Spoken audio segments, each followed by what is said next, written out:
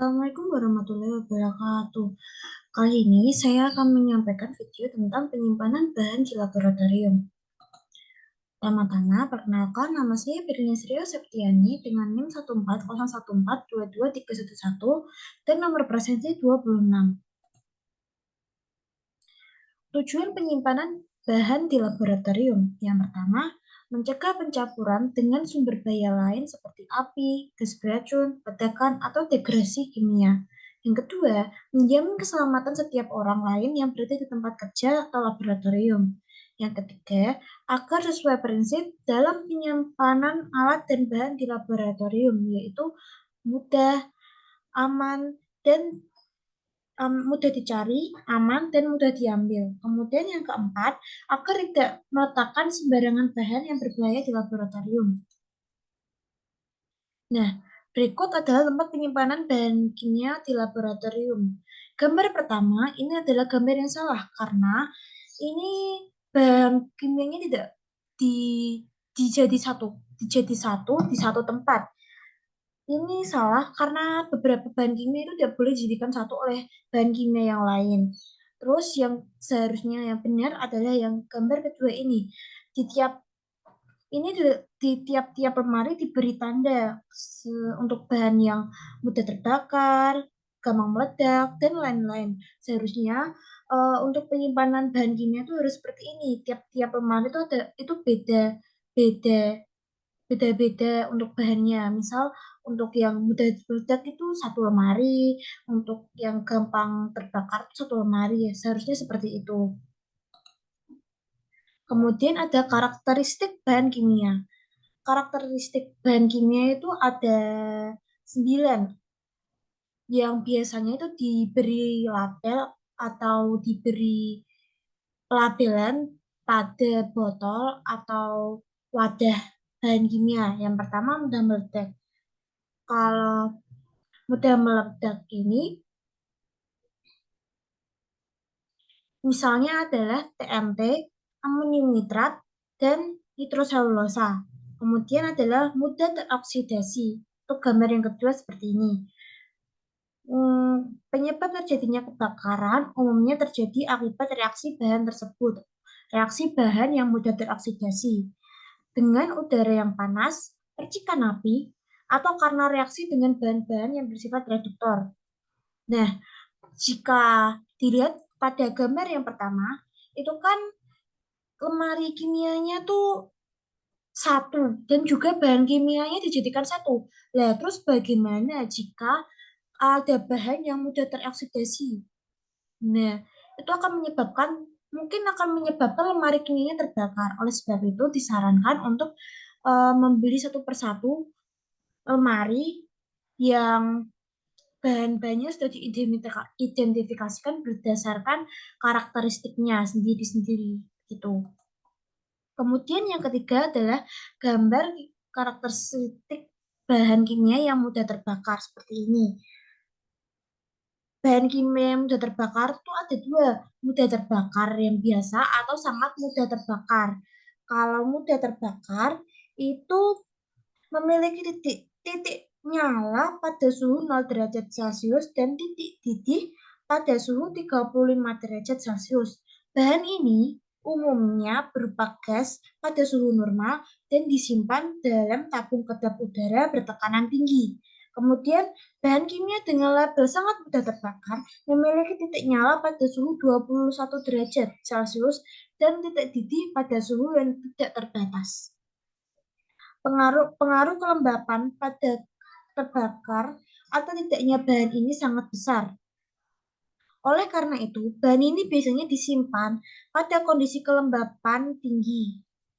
Jadi kalau bahan kimia mudah terbakar itu disimpan pada kondisi kelembapan yang tinggi. Jadinya tiap di lemari ataupun di tempat itu harus ada suhu cek kelembapannya gitu. Menurut saya kemudian ada pun beberapa contoh bahan bersifat flammable dapat diklasifikasikan menjadi berikut. Yang pertama, zat terbakar langsung, contohnya aluminium alkyl fosfor. Kemudian yang kedua, gas amat mudah terbakar, contohnya butane dan propane. Kemudian yang ketiga adalah cairan mudah terbakar, contohnya aseton dan benzene. Yang keempat adalah zat sensitif terhadap air, yakni zat yang membentuk gas mudah terbakar bila kena air atau api. Kemudian yang berikutnya adalah beracun atau toksik. Simbolnya adalah seperti ini.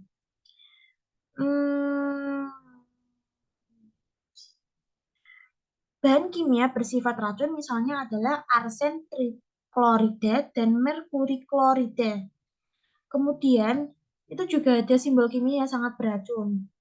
Lalu ada simbol kimia yang artinya bahaya iritasi atau harmful irritant.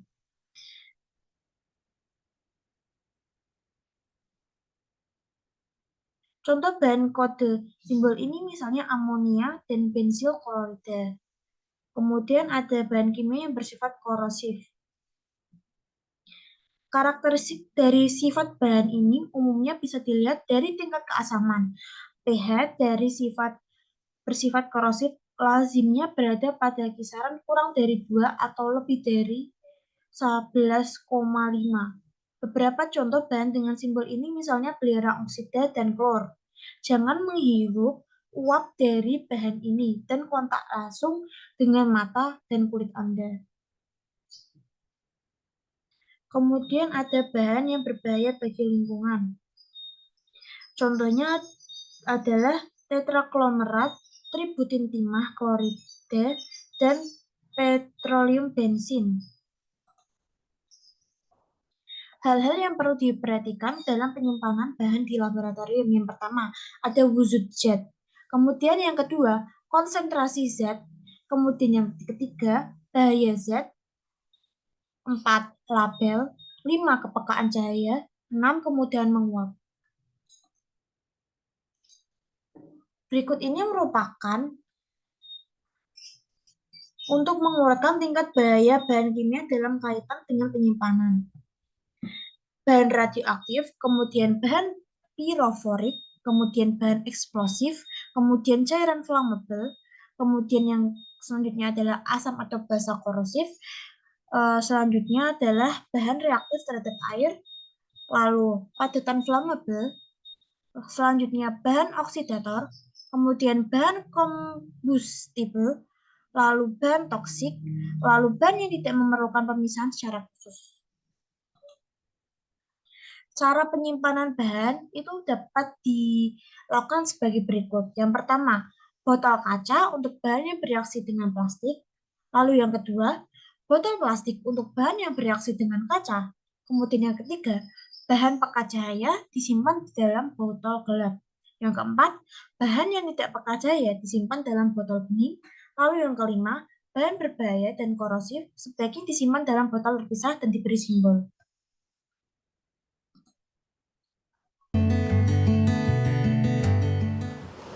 Lemari penyimpanan bahan ditempatkan di ruangan dengan sirkulasi udara yang baik.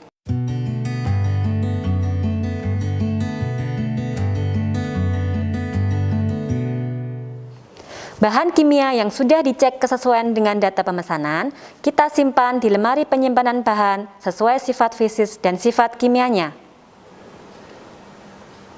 Amonia, bahan kimia cair dengan sifat kimia korosif, kita simpan pada lemari penyimpanan bahan kimia cair dengan simbol korosif.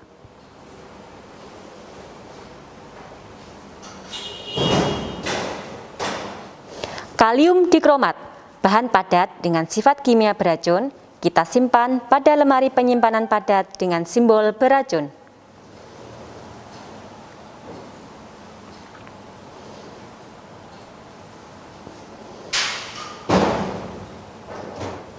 Kalium hidroksida, bahan padat dengan sifat kimia korosif, kita simpan pada lemari penyimpanan padat dengan simbol korosif.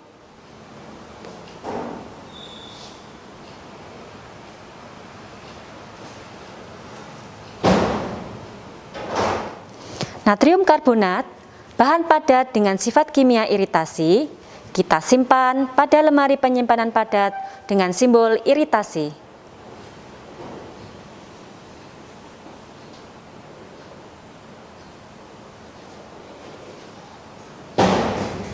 Etanol, bahan kimia cair dengan sifat kimia mudah terbakar, kita simpan pada lemari penyimpanan bahan kimia cair dengan simbol mudah terbakar.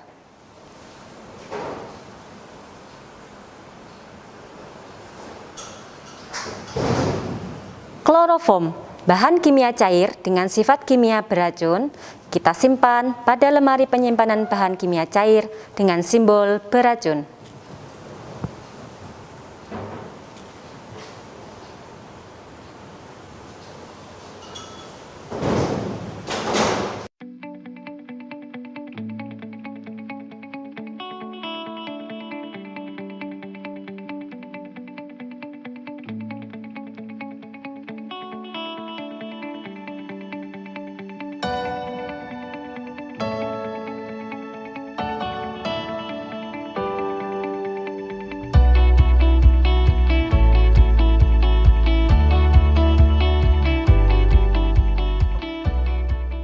Yaitu kita harus mengetahui cara menyimpan bahan kimia di laboratorium yang baik dan benar agar tidak menyebabkan kecelakaan saat praktikum.